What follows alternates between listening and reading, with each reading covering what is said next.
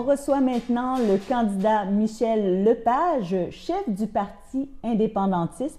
Bonjour, Monsieur Lepage. Bonjour, Madame Delia. Tout d'abord, présentez-vous. Qui est Michel Lepage? Moi, Michel Lepage, je suis, depuis le 12 novembre, le chef du Parti indépendantiste. J'ai été très actif au Parti québécois durant 30 ans. J'ai travaillé pour les 5 premiers ministres du Parti québécois. J'étais le responsable des sondages sur l'opinion publique. J'ai été engagé par M. Lévesque en 1976 et j'ai quitté avec le départ de Bernard Landry. J'ai quitté ma fonction de responsable des sondages sur l'opinion publique. Et donc, mais j'avais quand même continué au Parti québécois. Mais lorsque Mme Marois a parlé de bilinguiser l'école primaire, de donner les cours de mathématiques et de géographie en anglais aux primaires, là, je me suis dit, ça va pas. Je lui ai dit, d'ici 25 ans, on n'aura plus de réseau scolaire français. Et j'ai joint le Parti indépendantiste, que j'ai entendu son chef à l'émission de Christiane Charest. Je l'ai appelé et j'ai joint le Parti indépendantiste. C'était un jeune homme de 35 ans. Puis le 12 novembre dernier, il a décidé de se consacrer plus à sa carrière personnelle. Il a abandonné la chefferie du Parti indépendantiste. Moi, j'ai dit, Éric, il s'appelait Éric Tremblay, j'ai dit, moi, j'ai de l'expérience politique, je reprends la chefferie du Parti québécois, excusez-moi le lapsus, je reprends la chefferie du Parti indépendantiste, et donc, et je remets ce parti-là sur les règles. Et au niveau personnel, êtes-vous quelqu'un du comté, de la région? Bien sûr, je suis arrivé dans la région. La semaine que mon petit bébé est né, je suis arrivé dans la Pommeraye. Mais mon petit bébé a 35 ans, puis elle a 2 enfants de 7 ans et 9 ans maintenant. Donc, ça fait 35 ans que j'habite dans la Pommeraye, là. Pour les gens qui connaissent moins le Parti indépendantiste, c'est quoi? Le Parti indépendantiste, le nom le dit, c'est un parti voué à l'indépendance du Québec. Mais nous, on ne veut pas de référendum. On se dit que notre Assemblée nationale est souveraine. On n'a pas besoin de repasser par l'exercice référendaire, puis que, que les adversaires de l'indépendance utilisent toutes sortes de subterfuges pour voler le référendum. Nous, l'Assemblée nationale est souveraine, et c'est à notre Assemblée nationale de décider si le Québec va devenir un pays indépendant ou non, par un vote de la majorité de ses députés. Avez-vous différents candidats un peu partout à travers le Québec? Malheureusement, on n'en a pas 125, on en a seulement 10, mais c'est 10 candidats solides, là. Je pense, dans les Laurentides, j'ai un ex-réalisateur à Radio-Canada, un producteur de films. Lui, il fait une grosse campagne.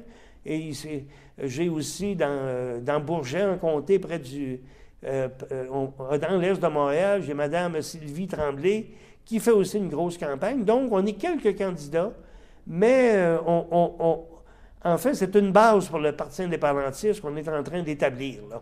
Vous êtes maintenant chef, donc on comprend que ça fait déjà plusieurs années que vous vous intéressez à la politique. Moi, je vais dire, comme M. Parizeau a déjà dit, quelqu'un me demandait, M. Parizeau, si vous n'étiez pas un politicien, qu'est-ce que vous auriez fait? M. Parizeau a répondu, je ne suis pas un politicien, je suis un enseignant. Moi, c'est la même chose, je ne m'intéresse pas à la politique, je m'intéresse à l'indépendance du Québec.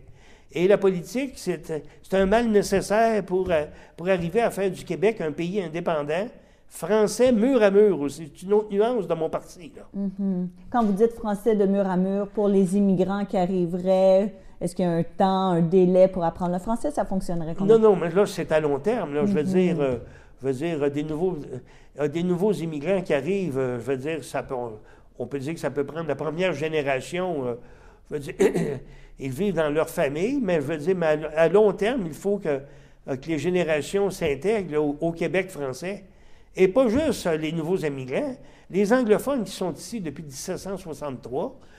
Donc, une intégration à long terme, là. Et au niveau de votre parti, on comprend que l'indépendance, c'est vraiment votre cheval de bataille. Et le Québec français aussi. Et le Québec français. Mur à mur, oui. Est-ce que vous avez d'autres grandes lignes de parti? C'est ça. Les autres grandes lignes de parti, quand je dis le Québec français mur à mur, c'est qu'un seul réseau d'éducation en français pour tout le monde, des CPE à l'université, un seul réseau de la santé français, pas 2 CHUM à Montréal, là, un seul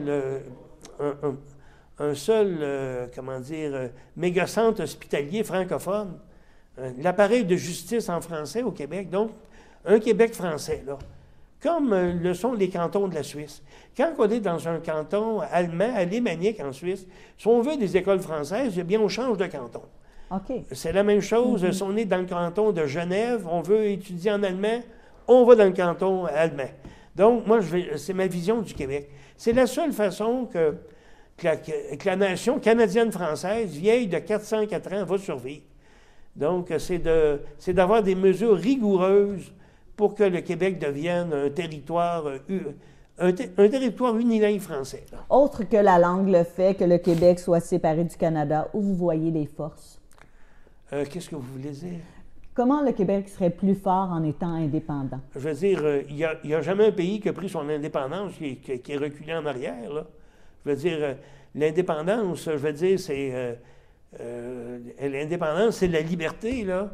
Je veux dire, on ne peut pas être gouverné par une majorité qui est en Ontario puis dans l'Ouest. C'est à nous de se débrouiller tout seul, là. Et au niveau maintenant local, donc on s'intéresse des enjeux locaux, avez-vous eu la chance de rencontrer les maires, de parler avec les organismes? Pas du tout. J'ai pas les organismes. Moi, j'étais dans le comité contre les gaz de schiste. J'ai fait des manifestations, j'avais signé des pétitions. Donc, vous êtes contre le gaz de schiste? Bien oui, absolument, absolument. Là, c'est la destruction de notre belle vallée du Saint-Laurent. On parle de 20 000 puits d'ici à 20 ans, là. Ça veut dire du pont-tunnel Hippolyte-Lafontaine à Rivière-du-Loup. On va totalement détruire notre vallée du Saint-Laurent, puis ça, donc, comme député, je vais m'opposer fermement, là. C'est ça. Autre que le gaz de schiste, avez-vous des préoccupations locales? Ah, on peut dire une préoccupation locale. Moi, c'est l'électricité. Le bloc patrimonial d'électricité qu'on paye moins cher, je pense 5,8 sous du kilowattheure. En tout cas, on a ça sur notre facture d'électricité. En 1944, puis en 1963, on était bien jeunes à l'époque, Hydro-Québec avait fait un pacte social. Puis disons, on va vendre l'électricité au moindre coût possible. On s'engageait, là. Si vous acceptez la nationalisation de l'électricité, on s'engage à vendre l'électricité au moindre coût possible.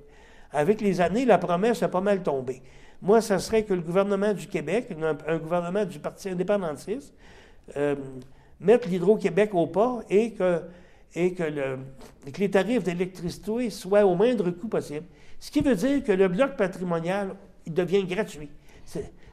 Terminant, je dois vous couper, désolé. Oui. Pourquoi le 4 septembre voter pour vous?